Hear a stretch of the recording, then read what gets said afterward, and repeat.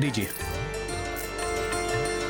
सुनिए, सुनिए तो सुनिए, आपसे कुछ बात करनी है।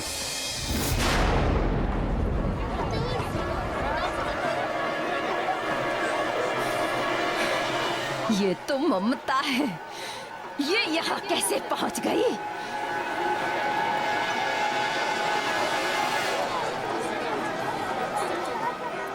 ये प्रधान जी का पुत्र ये सभागी के पीछे। ये तो मेरी पुत्रियों के पीछे होना चाहिए था। ये तो अनर्थ हो रहा है। कहाँ है मेरी पुत्रियां? कहाँ है? ऋषिवर, जब देवी सिद्धेश्वरी ने ममता को मेले में देखा तो पहले तो उसे अपनी आंखों पर विश्वास ही नहीं हुआ कि वो ममता है। ऐसा क्यों प्रभु? भला कोई अपने परिजन को पहचानने में कैसे भूल कर सकता है? कर सकता है ऋषिवर। और देवी सिद्धेश्वरी का ऐसा भाव करना स्वाभाविक था, क्योंकि वो तो ममता को कक्ष में बंद कर आई थी। पर उन्हें क्या पता कि ममता के साथ तो साक्षात ईश्वर है, जिनके लिए कुछ भी असंभव नहीं। फिर क्या हुआ प्रभु? कथा तो बहुत रोचक है। देवी सिद्धेश्वरी को उससे भी बड़ा आघात तब लगा जब उन्होंने राजकुमार सिद्धार्थ को ममता के साथ देख लिया और अपनी पुत्रियों को वहाँ नहीं देखा और शीघ्र अपनी पुत्रियों को खोजने निकल पड़ी। क्यों प्रभु? उन्हें उनको ढूंढने की क्यों आवश्यकता पड़ गई? वो तो राजकुमार के पीछे ही थी, फिर कहाँ रुक गई वो? रुकी नहीं थी, रोकी गई थी। रोकी गई थी? किसने रोका था? मैंने ऋषिवर। आपने प्रभु? हाँ मैंने, क्योंकि उन्हें रोकना आवश्यक था। वो मेरी बहन ममता के भाग्य में बाधा बन रही थी और एक भाई के रहते उसकी बहन के भाग्य में बाधा बने, मुझे क्या, किसी भी भाई को ये स्वीकार नहीं होगा। किंतु आपने रोका कैसे प्रभु? ऋषिवर, मनुष्य सदा अपना भाग्य जानने के लिए उत्सुक रहता है। यदि उसे कोई उसका भविष्य बताने वाला मिल जाए तो वो उसके लिए अपना वर्तमान भूल जाता है। इसीलिए उन दोनों ने भविष्यवक्ता को देखकर अपने स्वयं रूपी राजकुमार को उसे रुला दिया।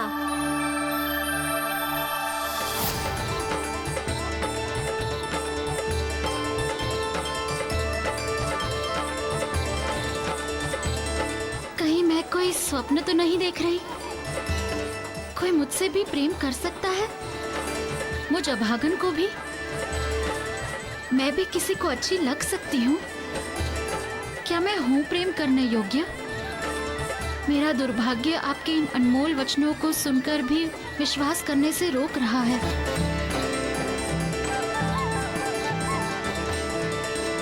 अरे सुनिए तो, आप मेरी बात का उत्तर दिए बिना ही जा रही हैं। आप मेरे पीछे मत आइए, मुझे भय लग रहा है।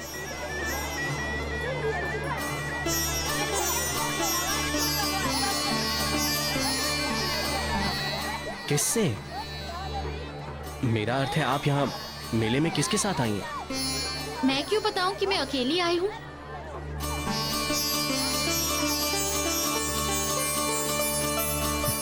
आपने तो बता दिया, लेकिन अच्छा, अब क्या होगा?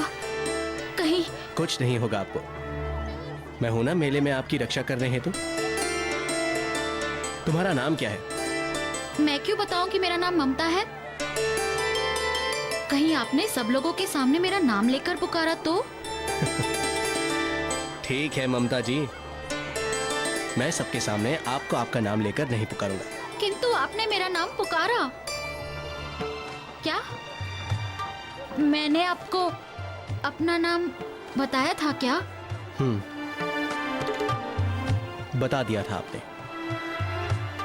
तभी तो मुझे ज्ञात हुआ कि इतना सुंदर नाम है आपका, ममता।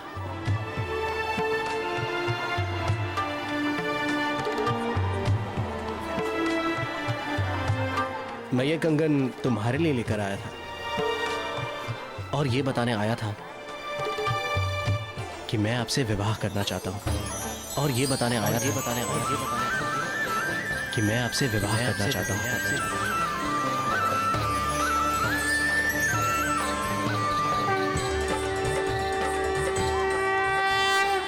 ये जानते हुए कि मैं आपके विषय में कुछ नहीं जानता और आपके अतिरिक्त और कुछ जानना भी नहीं चाहता।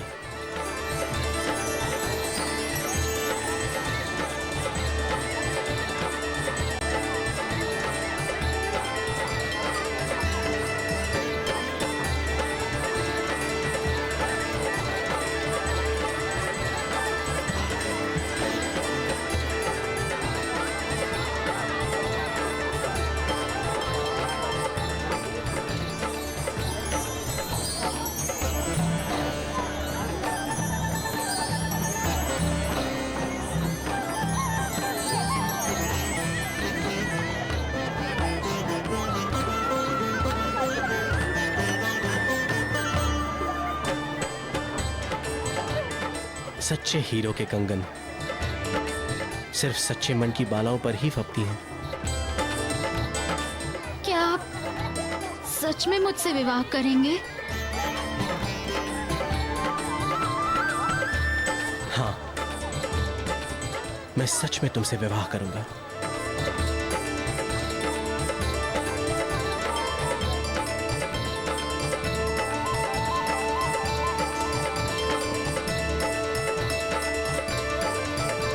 आओ मैं तुम्हें मेला घुमा के लाता हूं।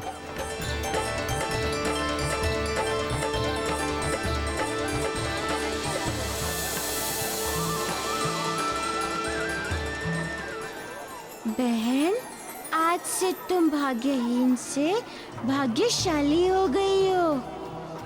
कभी भी स्वयं को अभागन मत कहना। प्रभु, स्थिति तो बहुत ही जटिल हो गई थी। अपने सपनों को चूर होता देख सिद्धेश्वरी तो किसी भी सीमा तक जा सकती थी। हाँ ऋषिवर, कांशिक मन वाले व्यक्ति पर विश्वास नहीं किया जा सकता है। वो कौन सी सीमा तक जाकर कब क्या करेगा। और वो भी इतनी दुष्टा थी कि उसने अपने अत्याचार को ममता का दुर्भाग्य सिद्ध कर दिया था। ममता को उसने ऐसे दुख के सागर में धकेल दिया था कि ममता तन और मन दोनों से दुर्बल हो चुकी थी ऋषिवर। इसलिए उसे किसी भी प्रसन्नता पे विश्वास नहीं हो रहा था कि क्या ये प्रसन्नता सचमुच उसके नसीब की है। और इसका कारण ये है कि प्राग में मनुष्य सपने में भी सुख की कल्पना नहीं कर पाता। प्रभु, तो क्या ममता को सिद्धार्थ प्राप्त नहीं हुआ? कैसे नहीं प्राप्त होगा ऋषिवर? सबका भाग्य जो बदल रहा था।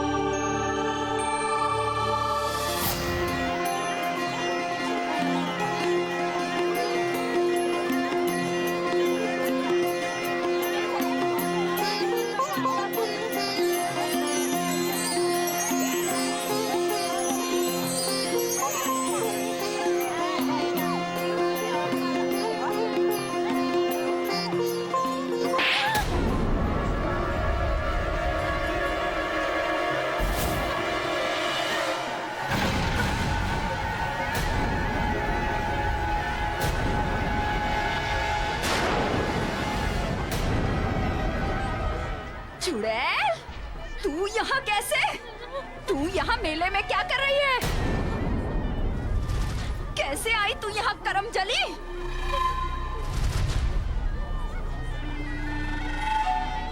कौन है आप? एवं आपने इन्हें थप्पड़ क्यों मारा?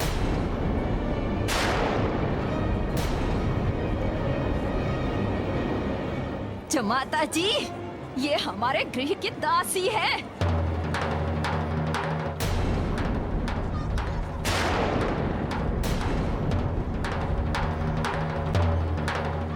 ये बिना मेरी अनुमति के राजकुमारी के समान साज सिंगार करके यहाँ घूमने आ गई।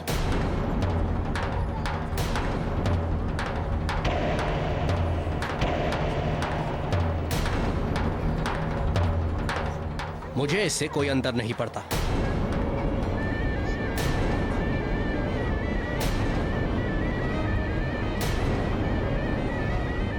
ये दासी हैं अथवा दासियों की स्वामिनी राजकुमारी।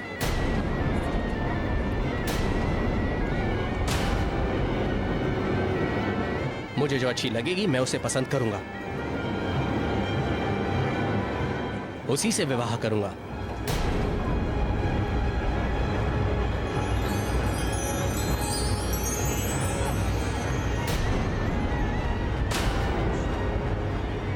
आप होती कौन है बीच में आने वाली?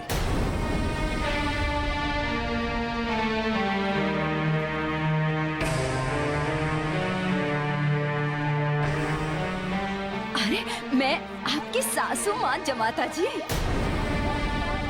हाँ, आपका विवाह होने वाला है मेरी पुत्रियों के साथ।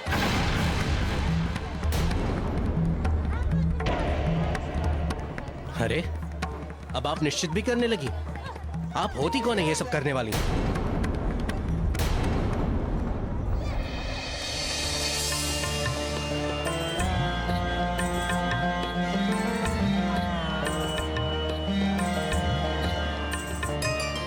आइए काकी, चलिए मैं आपको बाहर तक पहुंचा देती हूँ।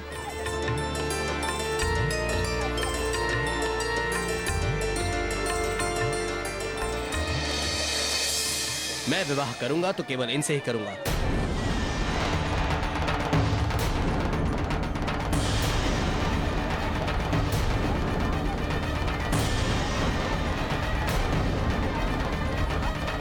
आपको मेरा प्रस्ताव अस्वीकार तो नहीं है ना?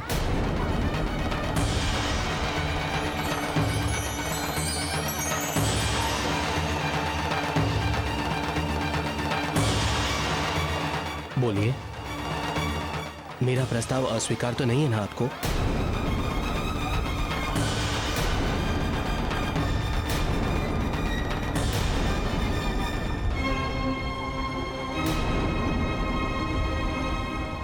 अरे ये अभागन क्या बोलेगी जमाता जी? इसने तो आपको बरगलाया है। रुकिए, मैं इसे अभी ठीक करती हूँ। बस काकी बस।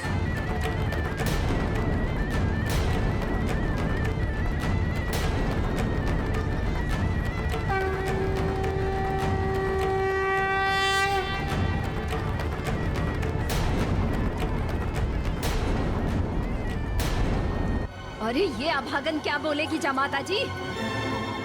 इसने तो आपको बरगलाया है। रुकिए, मैं इसे अभी ठीक करती हूँ। बस काकी बस।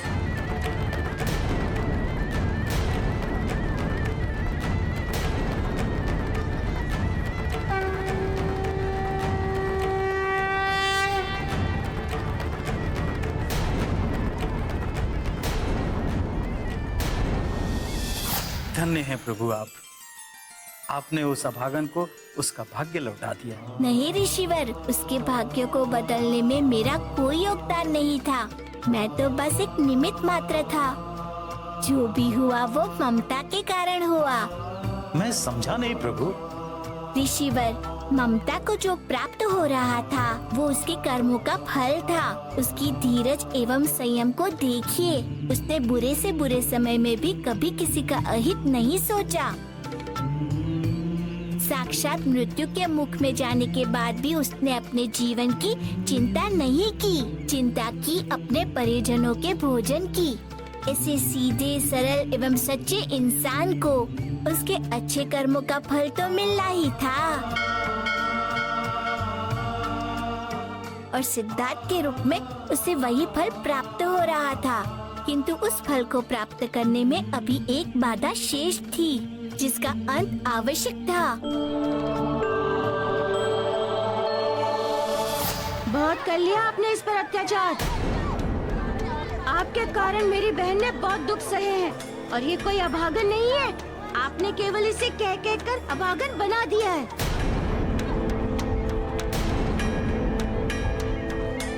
आपने कभी इसे अपने भाग्य का दर्शन ही नहीं करने दिया। किंतु आज किसी के भाग्य ने स्वयं इसे चुन लिया है और अब आज ये चयन करेगी अपने कर्म को। कहो ममता बहन, क्या तुम्हें सिद्धार्थ का विवाह प्रस्ताव स्वीकार है?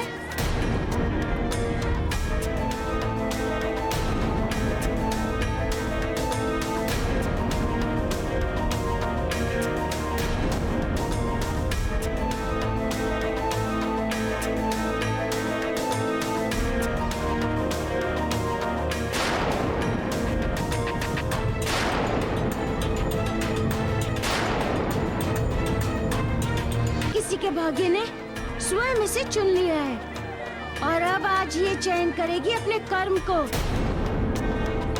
कहो ममता बहन, क्या तुम्हें सिद्धार्थ का विवाह प्रस्ताव स्वीकार है?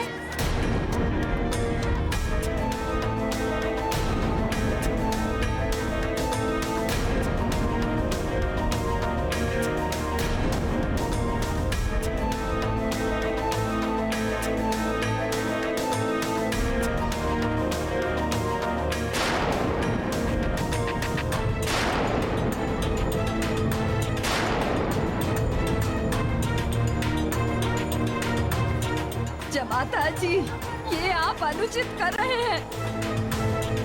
आप अपने पिताश्री की इच्छा का मर्दन कर रहे हैं।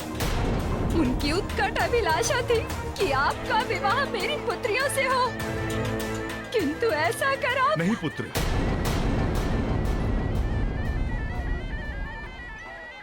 मेरी कोई ऐसी इच्छा नहीं थी। तुमने जो किया अत्यंत ही उचित किया है।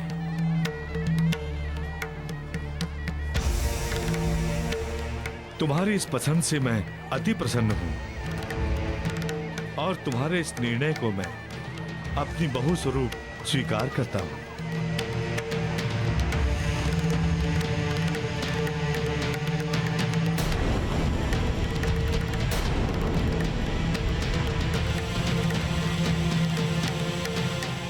तो फिर विलंब किस बात का? वर वधू वर यात्री सभी तो है यहाँ पर, इस पवित्र बंधन के साक्षी। ले जाइए वधू को अपने गृह। वैसे भी पुत्रियां तो पराया धन होती हैं।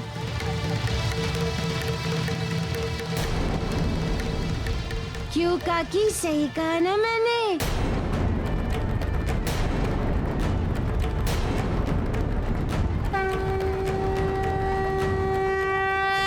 चलो पुत्री, चलकर मेरे घर को स्वर्ग बना दो।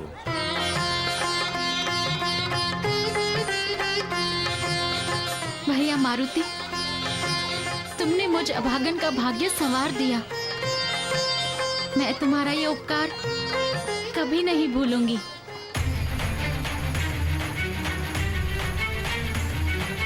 युग युग के है कथा पुरानी, अपने वृक्ष के अद्भुत पत्ती। युग युग के है कथा पुरानी, अपने वृक्ष के अद्भुत पत्ती। सोने के रंग में रंग डालो तो दुख हर ले सुख लावे पत्ती।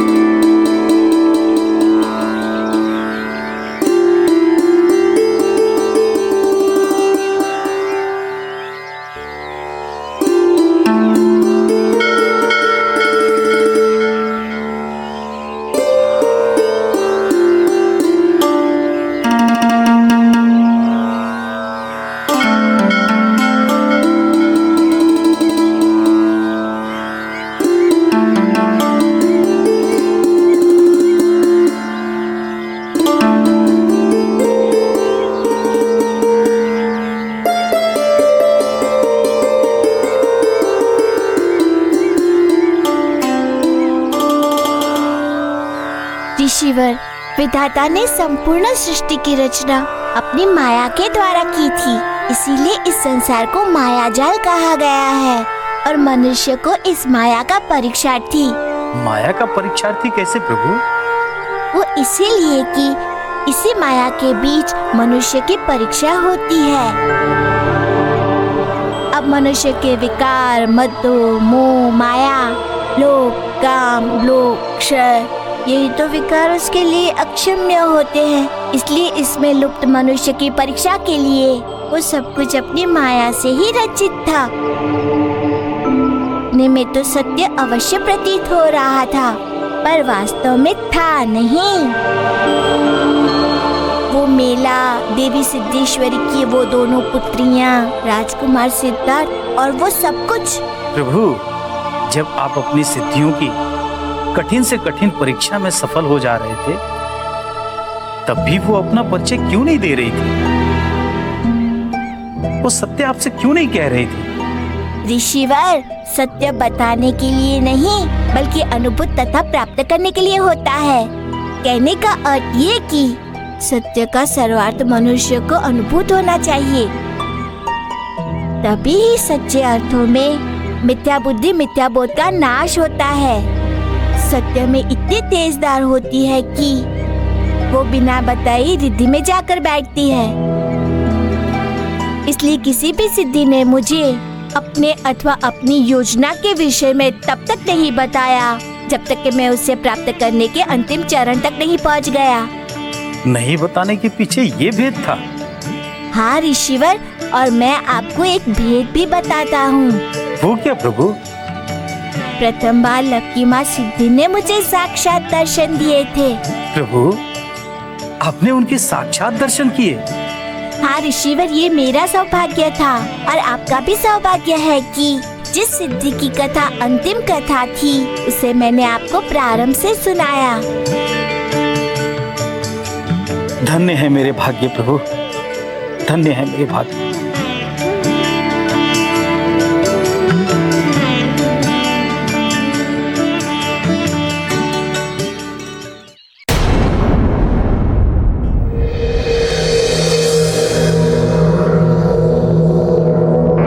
मेरे यज्ञ की समस्त तैयारियां पूर्ण हो गईं। बस शेष है तो उस अंगिरा से उसकी बुद्धि छीन लेने का कार्य, और ये कार्य मैं अपने इस यज्ञ से निर्मित कुबुद्धि द्वारा सफल करूंगा। अंगिरा, मैं तुम्हारी सद्बुद्धि के स्थान पर कुबुद्धि को स्थापित करके अपने चिर प्रतीक्षित प्रतिशोध को पूर्ण करूंगा। बुद्धि छीन लूंगा मैं तुम्हारी। मृत्यु से भी बुरा जीवन जीने पर विवश कर दूंगा तुम्हें। मृत्यु से भी बुरा जीवन जीने पर विवश कर दूंगा। और इस प्रकार मुझे लघिमा सिद्धि प्राप्त हुई थी ऋषिवर। प्रभु, इस कथा का सार क्या हुआ? इस कथा का सार ये हुआ ऋषिवर कि कभी किसी को इस संसार में लघु नहीं समझना चाहिए, किसी को भी भाग्यहीन नहीं समझना चाहिए। देवलगी ने अपनी परीक्षा के माध्यम से संसार को यही संदेश दिया है तथा अपनी कथा के माध्यम से ये भी स्थापित किया है कि दुर्भाग्य वाला मनुष्य भी अपने शुभ कर्मों के द्वारा भाग्य को बदल सकता है, जैसा कि ममता ने किया। उसने अपने शुभ कर्मों के फल के कारण ही राजकुमार सिद्धार्थ को प्राप्त किया। इसीलिए ही तो मनुष्य को शुभ कर्म करना कभी भी किसी भी परिस्थिति में त्यागना नहीं चाहिए। इस प्रकार लग्गिमा सिद्धि की कथा यही समाप्त होती है ऋषिवर। अब आप देवी लक्ष्मी का दर्शन कर इस कथा का संपूर्ण फल प्राप्त करें तथा आगे की कथा के श्रवण के अधिकारी बने।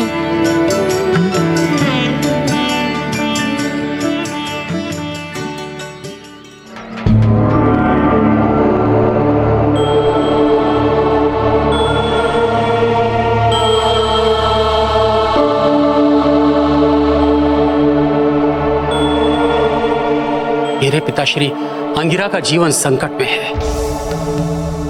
तो पहले ही अपने कर्मों के दंड के कारण वो दुख भोग रहे हैं और अब शुक्राचार्य उनके जीवन के शत्रु बन बैठे हैं।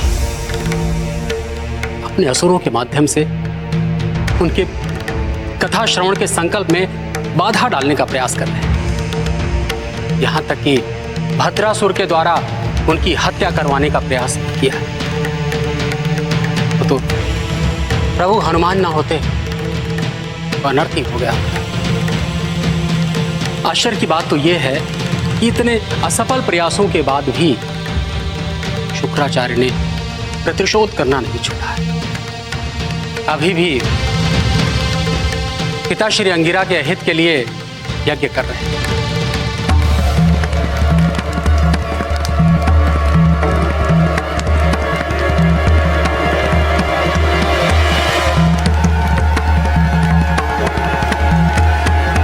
मेरे पिता निर्दोष हैं। उनका कोई दोष नहीं। जो किया है मैंने किया है, जो हुआ है मेरे कारण हुआ है।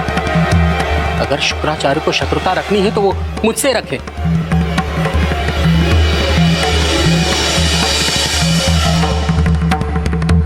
अब मुझे पुत्र धर्म का पालन करना होगा, शुक्राचार्य को रोकना होगा।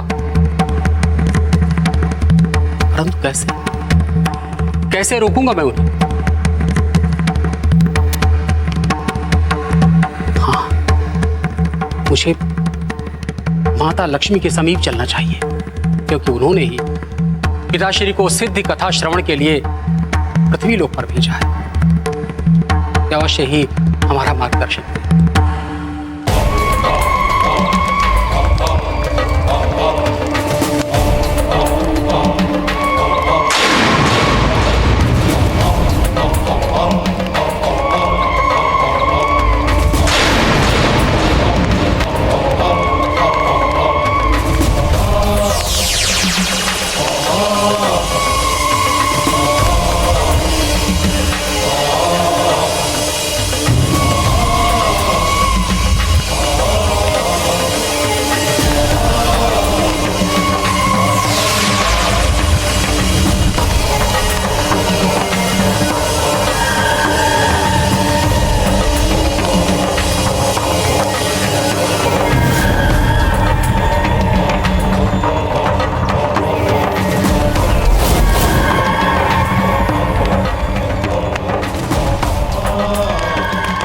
बुद्धि का प्रणाम स्वीकार करें गुरुदेव।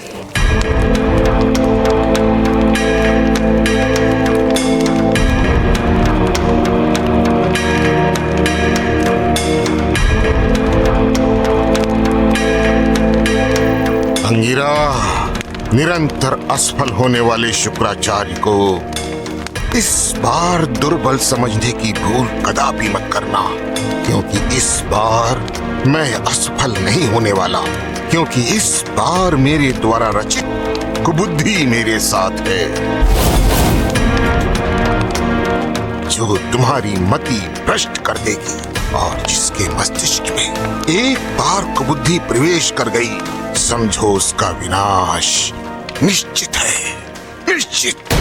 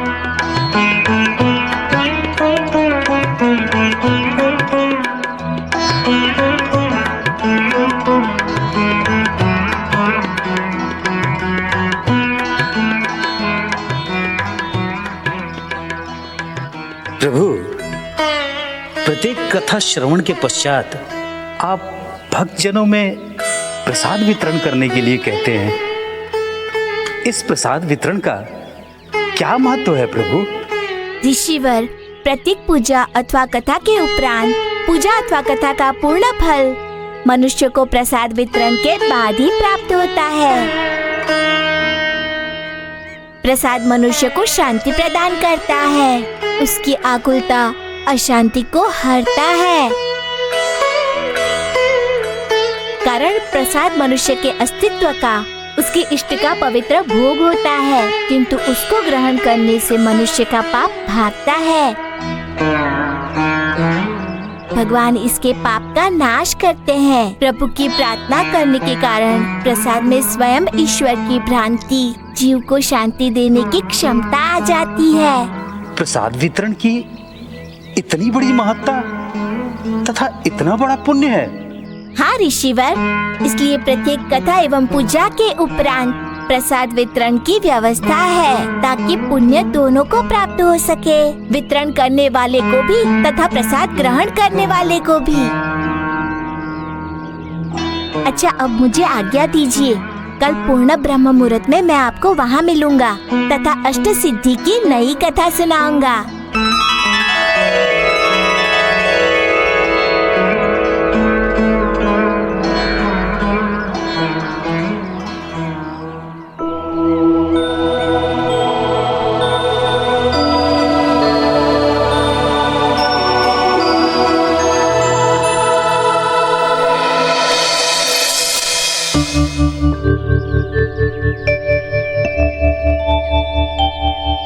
ऋषिवर, अब तक मैंने आपको वशिता, इशिता, आणिमा, लग्गिमा ऐसी पुण्यदायी कथा को कह चुका हूँ। अब आज मैं आपको प्रकट्य सिद्धि की कथा सुनाऊंगा। ये कथा अन्य सिद्धियों की तरह फलदायी है। शुद्ध मन, वचन एवं कर्मों से इसे श्रवण करने पर मनुष्य को यश, तप तथा पुण्य की प्राप्ति होती है तथा मनुष्य की सुखदायी एवं सच्चे गुण उसके हृदय में प्रकट हो जाते हैं। इसीलिए इस सिद्धि को प्रकाट्य सिद्धि कहते हैं ऋषिवर। जब मैं सिद्धि लोक यात्रा पर संपूर्ण संसार का भ्रमण कर रहा था, जहाँ मैं मुश्किल को पार करके ऐसे सघन वन में पहुँच गया जहाँ कोई भी सिद्धि दिखाई नहीं दे रही थी, और उस समय मुझे तीव्र प्यास की अनुभूति हुई।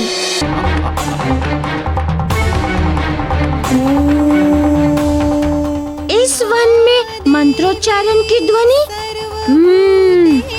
प्रतीत होता है यहाँ आसपास अवश्य कोई आश्रम है। जल प्राप्त हो जाएगा मुझे वहाँ से, उसी ओर चलता हूँ।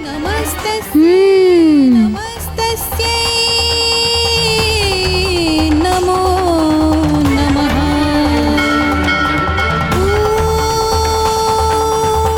या देवी सर्वभूतेषु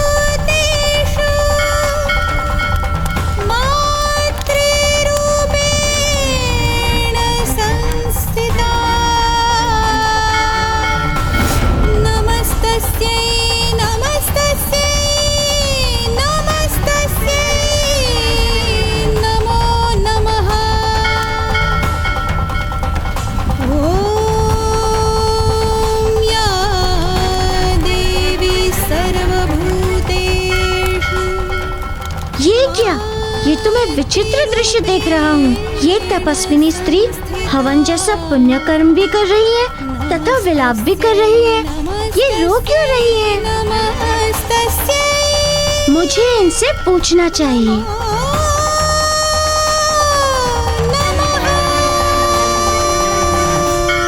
माता, क्या बात है? कौन सी समस्या है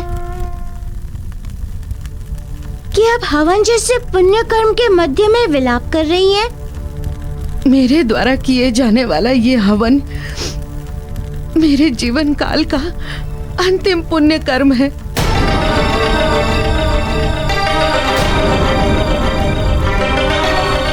मैं समझा नहीं। इस हवन के माध्यम से मैं अपनी मृत्यु का आह्वान कर रही हूँ। इस हवन के माध्यम से मैं अपनी मृत्यु का आह्वान कर रही हूँ। मैं अपनी मृत्यु का आह्वान कर रही हूँ। मृत्यु का? परंतु क्यों माता? मृत्यु का आह्वान करने का कारण? क्योंकि मैं रिक्त हो चुकी हूँ।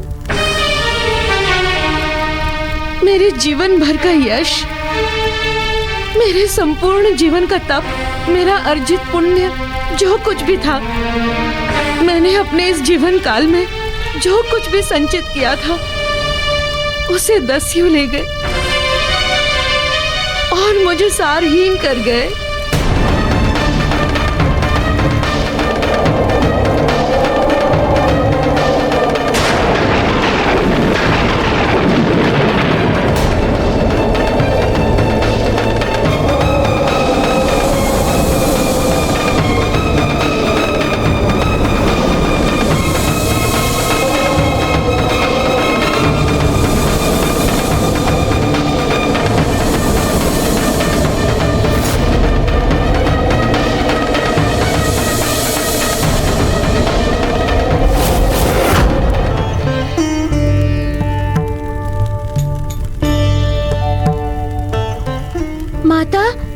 दोनों कानों से तो रक्त रिस रहा है। क्या हुआ आपके दोनों कानों को? कैसे कट गए? मेरे कानों में कुंडल थे। बहुमूल्य थे? वो धन से बहुमूल्य नहीं थे पुत्र, वो बहुमूल्य थे मेरे जीवन भर के तप से। वो मात्र मेरे श्रृंगार का प्रसाधन नहीं थे, अपितु मेरे जीवन का साधन थे। अब उन कुंडलों के चले जाने से मेरा जीवन व्यर्थ हो गया है और इसलिए मैं अपनी मृत्यु का आवाहन कर रही हूँ। अब उन कुंडलों के चले जाने से मेरा जीवन व्यर्थ हो गया है और इसलिए मैं अपनी मृत्यु का आवाहन कर रही हूँ।